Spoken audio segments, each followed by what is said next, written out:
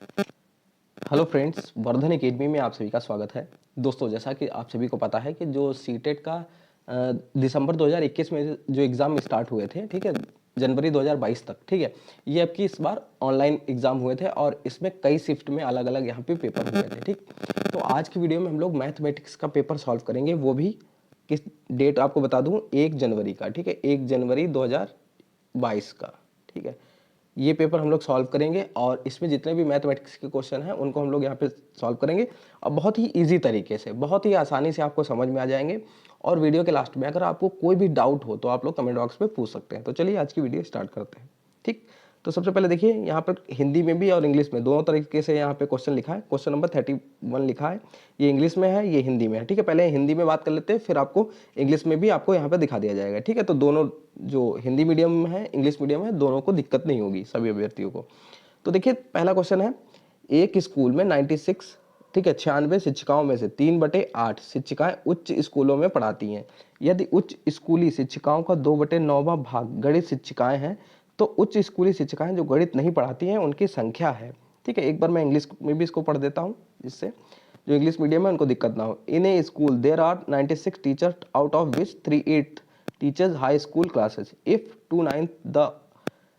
9th of the high school teachers are mathematics teacher, then the number of high school teachers who don't teach mathematics are। ठीक है, तो यहाँ पर options आपके 4 दिए गए हैं। इनको किस तरीके से सॉल्व करेंगे, बहुत इजी तरीका है, आपको मैं बताता हूँ। देखिए, इन्होंने बोला है टोटल कितने हैं, 96 शिक्षिकाएं हैं टोटल। ठीक है, इसमें से 3/8 शिक्षिकाएं उच्च स्कूलों में पढ़ाती है, उच्च कक्षाओं में पढ़ाती हैं।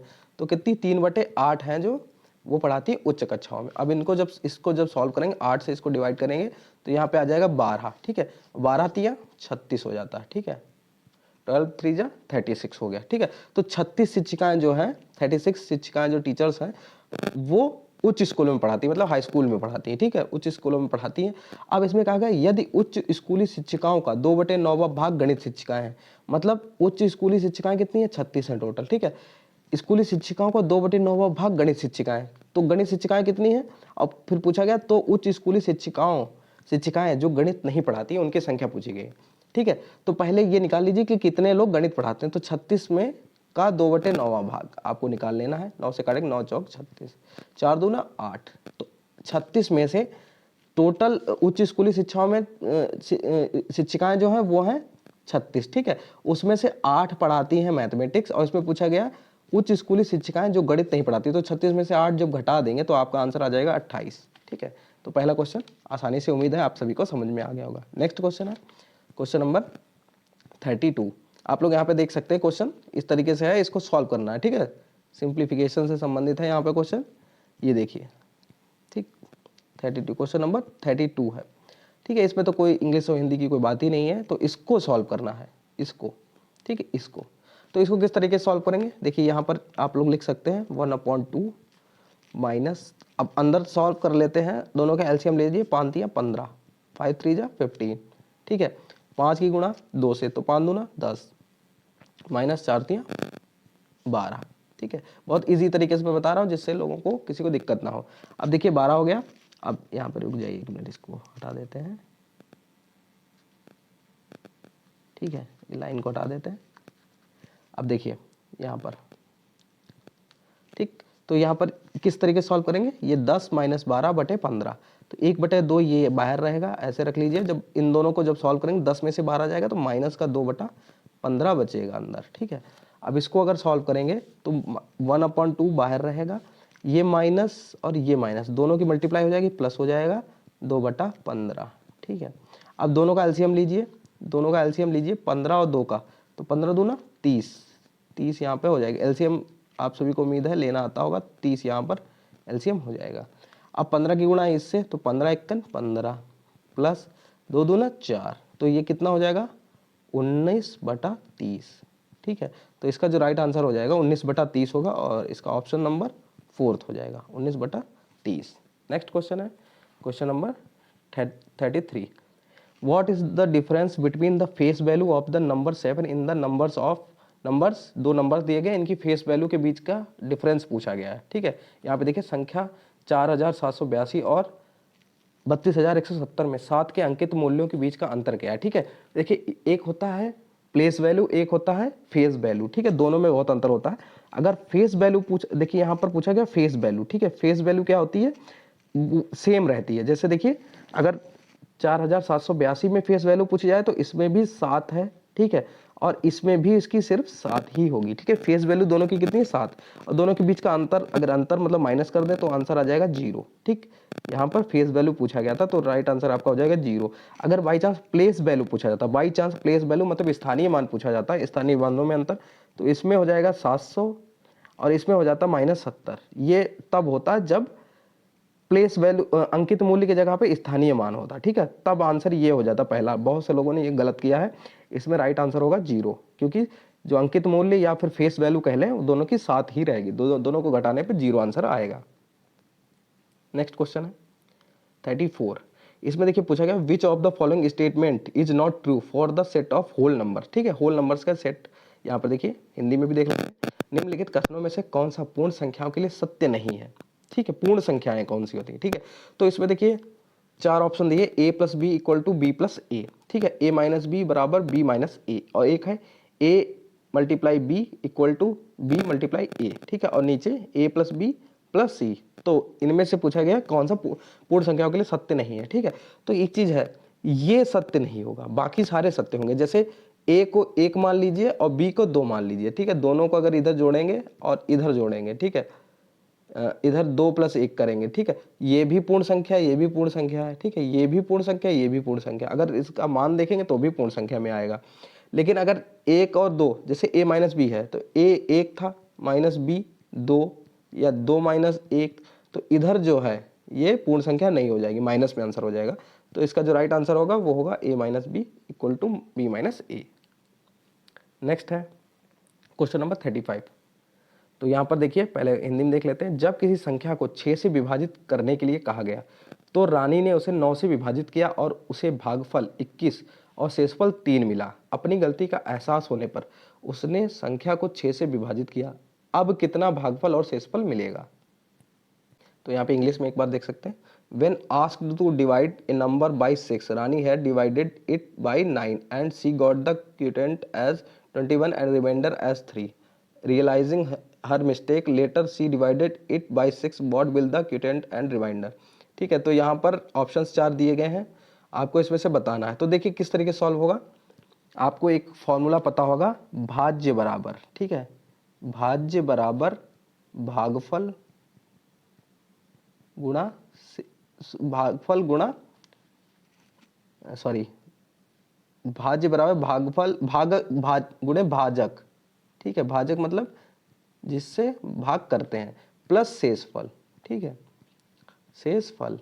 तो इन्होंने बोला है कि 9 से विभाजित किया जाए। ठीक है, 9 से विभाजित किया जाए। ठीक है, 9 से भाग दिया गया x को बाई चांस मान लीजिए। ठीक है, और भागफल मिला 21। ठीक, 21 मिला और शेषफल इनको कितना मिला है, इसमें 3। तो इन दोनों की गुणा कर दीजिए। इन दोनों की गुणा करने पे कितना आएगा, 9 × 1 = 9, 9 × 2 = 18, और प्लस इसमें 3 जोड़ दीजिए, +3, तो हो जाएगा 192। ठीक है, तो जो यक्स है वो कितना हो गया, 192। अब बोला गया है इसमें, अब बोला गया है कि एहसास होने पर उसने संख्या को 6 से विभाजित किया। अब कितना भागफल और शेषफल मिलेगा।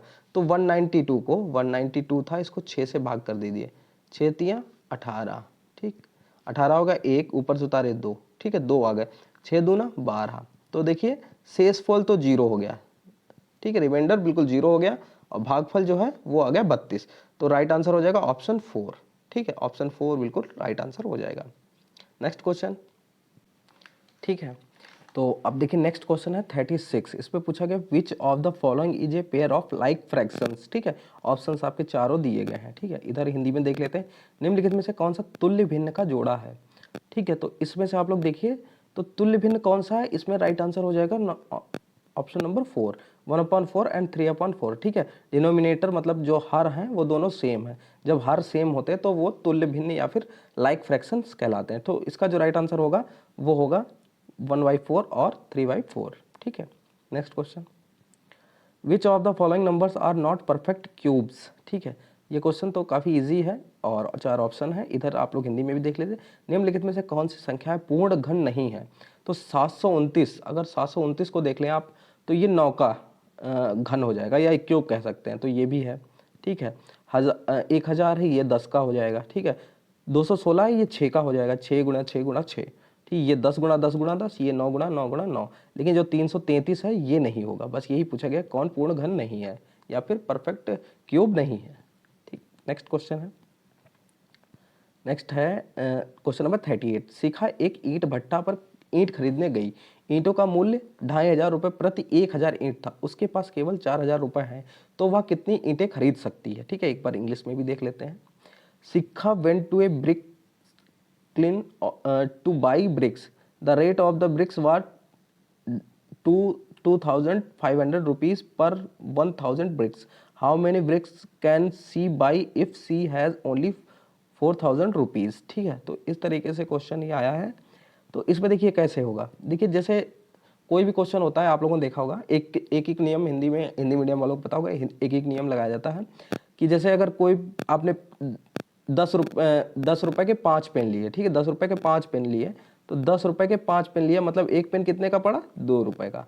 तो इसी तरीके से आपको यहाँ पे सॉल्व करना है कि 2500 रुपए की 1000 ईंट, ठीक है, 1000 ईंट आपने ली 2500 रुपए की, इसका मतलब 1 रुपए में आपने कितनी ईंट ली?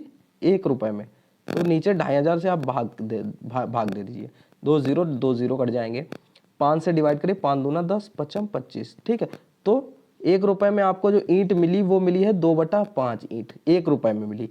और पूछा गया 4000 रुपए में कितनी, ठीक है। अगर कोई कह दे कि 2 रुपए में हमें एक चीज मिली है तो 10 रुपए में कितनी मिल जाएगी, तो उससे मल्टीप्लाई कर दीजिए, ठीक है। तो यहाँ पर आपको 4000 में निकालना है, 4000 रुपए, एक रुपए में इतनी मिलती है, तो 4000 में कितनी होगी, मल्टीप्लाई कर दीजिए, 5 से डिवाइड कर दीजिए, 5 8 40, ठीक। तो ये 2 गुणा 800, ठीक, आंसर आपका हो जाएगा 1600 रुपए, ठीक, सॉरी 1600 ईंट, 1600 ईंट आपको 4000 रुपए में 1600 ईंट मिल जाएगी यहाँ पर, ठीक। नेक्स्ट क्वेश्चन है, ठीक है, नेक्स्ट क्वेश्चन है, मिनी ने अपनी शिक्षिका से कहा, मैंने एक आयत बनाया जिसकी भुजाएं 4 सेंटीमीटर है, ठीक। मैंने एक आयत बनाया जिसकी भुजाएं 4 सेंटीमीटर है, निम्नलिखित में से कौन सा कथन सही है? ठीक है, एक आयत की सभी भुजाएं बराबर नहीं हो सकती, सभी वर्ग आयत होते, सभी आयत वर्ग होते, एक वर्ग और एक आयत में कोई संबंध नहीं है, ठीक है। इंग्लिश में भी देख लीजिए, ठीक है। Mini told her teacher, I made a rectangle whose each side is 4 centimeter. Which of the following statement is correct? A rectangle cannot have all sides equal. All squares are rectangle. All rectangles are square. There is no link between a square and a rectangle. ठीक है, तो कौन सा correct है? ठीक, तो इसमें जो करेक्ट होगा वो होगा सभी वर्ग आयत होते हैं, ठीक है। ठीक है, देखिए आयत की सभी भुजाएं बराबर नहीं हो सकती, ये गलत है, ठीक है, बराबर भी हो सकती हैं। आयत में ऐसा कहीं नहीं लिखा है कि बराबर होंगी तो वो आयत नहीं होगा। सभी आयत जो है वो वर्ग होते हैं, वर्ग नहीं हो सकते सभी आयत, क्योंकि वर्ग के लिए कंडीशन होती है कि चारों भुजाएं उसकी बराबर होनी चाहिए, ठीक है। लेकिन आयत में ये कंडीशन नहीं होती, आयत में होता है कि एक आयत क्या होता है जिसमें 4 भुजाएं होती है, उसके आमने सामने की भुजाएं बराबर होनी चाहिए और प्रत्येक कोण 90 डिग्री होना चाहिए, ठीक है, ये कंडीशन होती है। तो देखिए आयत में आमने सामने की भुजाएं बराबर हैं, ठीक है, प्रत्येक कोण 90 डिग्री। अगर इसको वर्ग भी हो तो वर्ग में भी देखिए प्रत्येक कोण 90 होता है और आमने सामने उसमें चारों भुजाएं बराबर होती हैं, लेकिन आमने सामने की भी तो बराबर होती हैं। इसलिए जो राइट आंसर होगा वो होगा सभी वर्ग जो है वो आयत होते हैं।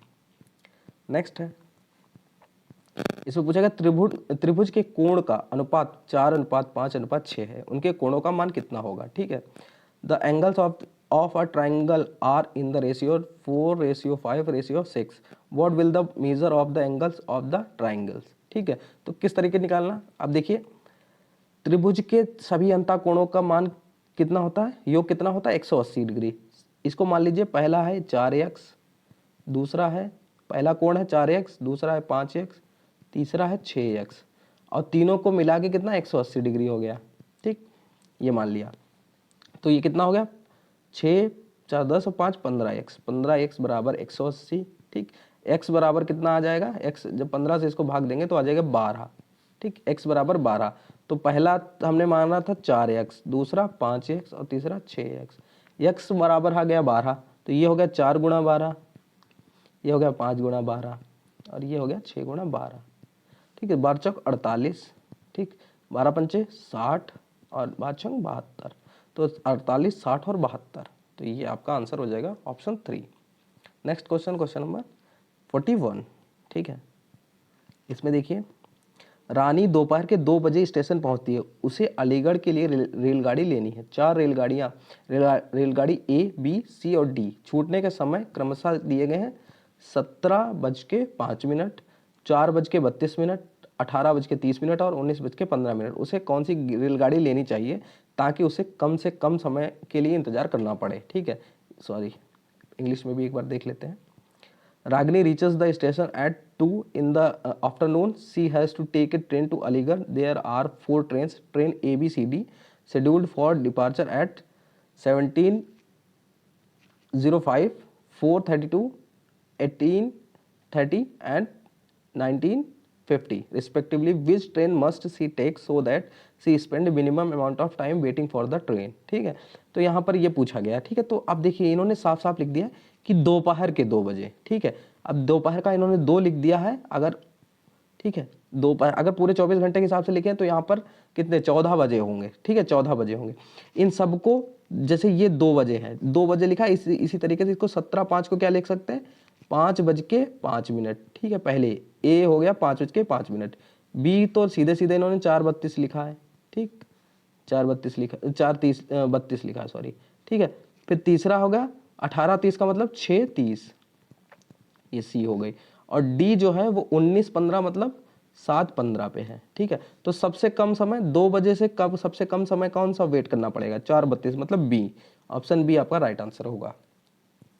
नेक्स्ट है, इजी बहुत था। रीता अपने क्षेत्र के वार्ड की सदस्य है, वह 11 फीट गुणे 16 फीट आकार का एक सामुदायिक कमरा बनाना चाहती है। फर्श पर टाइलें लगाने के लिए उसके पास 4 विकल्प है, 1.5 फीट मल्टीप्लाई 1.5 फीट, या फिर 1.5 गुणे 1.5, 2 गुणे 2 फीट, 2.5 गुणे 2.5 फीट और 3 गुणे 3 फीट। सामुदायिक कक्ष के लिए उसे किस आकार की टाइल खरीदनी चाहिए ताकि वह टाइल को बिना काटे बिछा सके, ठीक है। ऑप्शंस आप लोग यहाँ से देख सकते हैं, क्वेश्चन यहाँ पे आप लोग देख लीजिए, ठीक है। तो इस तरीके से देखिए ये पूरा क्वेश्चन है, अब इसमें देखिए आपको किस तरीके से समझना है, ठीक। तो यहाँ पर देख लीजिए, देखिए हमेशा जब भी ऐसा होता है तो देखिए 11 गुणे 16, ठीक, टोटल 16, इस तरीके से आपको ये पूछा गया कि सामुदायिक कक्ष के लिए उसे किस आकार की टाइल खरीदनी चाहिए ताकि टाइल को बिना काटे बिछा सके। तो सीधे सीधे ऐसी कौन सी संख्या है जिससे पूरा पूरा डिवाइड हो सके, तो 1.5 गुणा 1.5 1.5 इंटू 1.5, इससे तो डिवाइड पूरा पूरा होगा नहीं कोई भी चीज, ना 16, 16 ना 11, ठीक है। 2 गुणे 2 फीट है, इससे हो जाएगा, देखिए 2 गुणा 2 अगर से करेंगे तो 2 8 16, फिर 2 से करते 2 चौक 8, तो 11 चौक 11 इंटू 4 इक्वल टू 44, इसका मतलब 44 टाइल लगेंगी, ठीक है। पूरी पूरी देखिए लग रही है, इसलिए जो राइट आंसर हो जाएगा वो 2/2 हो जाएगा। नेक्स्ट है 43, ठीक, यहाँ पर देखिए सुश्री रेणु ने, ठीक है, क्वेश्चन नंबर 43 देखते हैं, ठीक है। इसमें लिखा है सुश्री रेणु ने अपने छात्रों को 8 समूहों में, ठीक है, 8 समूहों में विभाजित किया और अपना भार दर्ज करने को कहा। फिर उन्होंने समूह को अपना औसत भार परिकलन करने को कहा। समूह आ जिसमें 8 विद्यार्थी हैं ने अपना भार तोला और औसत भार 38.2 किलोग्राम ज्ञात किया। उसके बाद उन्हें पता लगा कि उन्होंने किसी एक विद्यार्थी का गलत भार प्रयोग किया है। 25.9 किलोग्राम की बजाय उन्होंने 29.5 किलोग्राम भार प्रयोग किया था। समूह का सही औसत भार कितना है, ठीक है। ऑप्शंस आप लोग देख सकते हैं, इधर को इंग्लिश में भी एक बार देख लेते हैं, जो लोग इंग्लिश मीडियम है उनके लिए।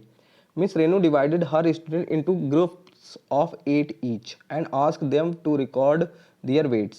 She further asked the group to calculate the mean weight of their respective group. Group A, which consists of 8 students, measured their weight and calculated the mean weight of 38.2 kg. Later on, they realized that the weight of one of the students they recorded is incorrect. Instead of 25.9 kg, they recorded it as 29.5 kg. ठीक है। What will be the correct mean for the group? ठीक, तो question आप लोग उम्मीद है समझ गए होंगे, ठीक।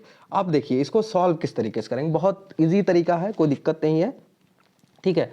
तो देखिए औसत किस तरीके से यहाँ पर निकाला गया, इसमें लिखा 8 विद्यार्थी थे, उनका औसत भार कितना था 38.2, तो औसत कैसे निकलता है सभी का योग, सभी चीज़ों, जितने कोई चीज़ हो या फिर किसी का वजन हो, सभी को ऐड कर दीजिए, ठीक है, पूरा योग कर दीजिए और फिर उसको जितने लोग हों उनसे डिवाइड कर दीजिए, ठीक है। लेकिन यहाँ पर क्या है कि 8 लोग हैं टोटल, और टोटल जो एवरेज है उसको मल्टीप्लाई कर दीजिए, कितना होगा 38.2। तो इसको जब मल्टीप्लाई करेंगे तो आंसर आएगा 305.6, ठीक। अब 305.6 आप लोग याद रखिएगा, ठीक है, 305.6 ये हो गया, ठीक है। उसके बाद उन्हें पता लगा कि उन्होंने किसी एक विद्यार्थी का गलत प्रयोग किया है, ठीक है। टोटल तो वेट इतना हो गया, टोटल वेट ये है, एक का गलत प्रयोग किया, 25.9 किलोग्राम की बजाय उन्होंने 29.5 किलोग्राम भार यूज कर लिया है, ठीक है। एक का उन्होंने गलत किया, तो कितने का अंतर होना चाहिए, कितना कम होना चाहिए, 25.9 होना चाहिए, इन्होंने 29.5 कर दिया, ठीक है। तो कम होना चाहिए, ज्यादा कर दिया, तो कितना ज्यादा कर दिया, 29.5 से 25.9 जब घटाएंगे तो आंसर आएगा 3.6, ठीक। अब ये 3.6 इसमें से घटा देंगे, ठीक है, इसमें से जब घटाएंगे हम लोग तो आएगा 305.6 माइनस 3.6, जब इसको घटाएंगे तो आंसर आएगा 302, पूरा पूरा आ जाएगा, ठीक, 302 आएगा, ठीक। टोटल वेट कितना आएगा 302, ठीक। और जब इसको भाग करेंगे, क्योंकि 8 है पूरे विद्यार्थी, तो 8 से करेंगे तो सही आंसर आ जाएगा। 8 से जब डिवाइड करेंगे तो आएगा हमारा 24, 6 बचेगा 7, 7, 5, ठीक। तो ये देखिए, ये आपका आंसर आएगा। इसमें ऑप्शंस में आप लोग देख लीजिए, पहला ऑप्शन बिल्कुल राइट होगा, 37.75 किलोग्राम, ठीक। Next question 44, question number 44। तो यहाँ पर देखिए, दिए गए पैटर्न का अवलोकन कीजिए और अगला पद लिखिए, ठीक है। यहाँ पर क्वेश्चन है, observe the following pattern and select the next term, ठीक। इसको आप लोगों को सेलेक्ट करना है। तो यहाँ पर देखिए किस तरीके से, पहले तो पैटर्न देख लीजिए, 9 माइनस 1, फिर दोनों को भाग करना है 8 से, जब भाग करेंगे तो 1 आएगा। 98 माइनस 2 भाग 8 से 12 आएगा, ठीक है। 987 माइनस 3 भाग 8 बराबर 123 आएगा, ठीक है। 9876 माइनस 4 भाग करेंगे 8 से तो 1234 आंसर आएगा। तो यहाँ पर देखिए पैटर्न जो देखा जाए तो वो क्या है, 9 माइनस 1 बराबर 1, ठीक है। तो 9 में से 1 को पहले घटाया गया, फिर 9 8, 9 में से 1 कम कर दीजिए, उस संख्या को साथ में ले लिया, फिर 9 8, फिर 7 भी आ गया, ठीक है, यहाँ पे 7 आ गया, फिर 9 8 7 6, ठीक है, एक एक बढ़ता जा रहा है, ठीक है, एक पीछा करके बढ़ाते जा रहे हैं। और इधर देखिए 1 2 3 4 इस तरीके से होता जा रहा है, ठीक है। तो इधर वाली लाइन में क्या होना चाहिए, यहाँ पर देखिए जिस तरीके से ये पूरी लाइन चली, इस तरीके से यहाँ 9 8 7 6 5 होना चाहिए, ठीक, 5 होना चाहिए, एक और बढ़ जाना चाहिए, माइनस माइनस कितना हो जाए, 1 2 3 4 हो गया, यहाँ पे 5 होना चाहिए, ठीक। और जो आंसर इसको भाग करना चाहिए 8 से, 8 से, तो आंसर कितना आना चाहिए, जैसे सब में देखिए एक बढ़ता जा रहा है, इसमें एक था, इसमें एक और 2 हो गया, इसमें 1 2 3 हो गया, इसमें 1 2 3 4 हो गया, तो इसमें 1 2 3 4 5 हो गया। तो देखिए 1 2 ये तो गलत है, ठीक, इसमें 1 2 3 4 5 तो है, लेकिन इधर गड़बड़ है, ठीक है, इधर 4 यहाँ पे 5 होना चाहिए, तो ये भी नहीं होगा, ठीक है, ये भी नहीं होगा, ठीक। ये इसमें जो राइट आंसर होगा वो होगा आपका ऑप्शन फोर्थ वाला, आपका ऑप्शन है वो बिल्कुल सही होगा, ठीक है। 9 8 7 6 5 माइनस 5, फिर इससे करेंगे और डिवाइड करने पर वही आंसर आ जाएगा। लास्ट क्वेश्चन आज का है, जितने न्यूमेरिकल्स थे, न्यूमेरिक क्वेश्चंस थे, उन्हीं को सिर्फ सॉल्व करेंगे, और फिर सभी जितने भी पेपर्स मुझे मिलते जाएंगे सबके मैं आपको सॉल्व करा दूंगा, जिससे आपको नेक्स्ट अगर आपकी पेपर की तैयारी कर रहे हो सीटेट की, तो आप लोगों के लिए बहुत इंपॉर्टेंट है, क्योंकि लगभग 23-24 पेपर ऐसे हुए हैं इस बार, क्योंकि अलग अलग शिफ्ट में हुए हैं, तो काफ़ी कुछ इससे मैच करेगा नेक्स्ट पेपर में भी, ठीक। प्रियांशु के पास 10 और 20 के नोट है, वह 50 बनाने के लिए 20 के नोट के 2 नोट और 10 रुपए के 1 नोट उपयोग करती है। यह राशि बताने के लिए अन्य कितने तरीके और हो सकते हैं। यदि हमें दोनों ही नोट का प्रयोग करना हो, आप नोटों के दिक् स्थान व्यवस्था को उपेक्षित कर सकते हैं, ठीक है। आप लोग इंग्लिश में भी एक बार देख लीजिए, ठीक। यहाँ पर लिख, Priyanshu has currency notes of 10 rupees 20 rupees, she use 2 notes of 20 rupees and 1 note of 10 rupees from 50 rupees. How many other combination are possible from the same amount using both the currency notes? You can ignore the special arrangement of the currency notes. ठीक, अब यहाँ पर देखिए क्या इन्होंने कहा है कि 50 रुपए बनाने के लिए आपके पास 10 का नोट है और 20 का नोट है, कितने तरीके से आप 50 रुपए बना सकते हैं अगर दोनों नोट आपको यूज करने पड़े। तो एक तो तरीका ये हो जाएगा 10 + 10 + 10, ठीक है, और +20, ठीक। तो एक तरीका ये हो गया कि 10-10 के 3 नोट और एक 20 का नोट होना चाहिए, ठीक, एक ये हो गया तरीका। दूसरा है 20 + 20 + 10, ठीक।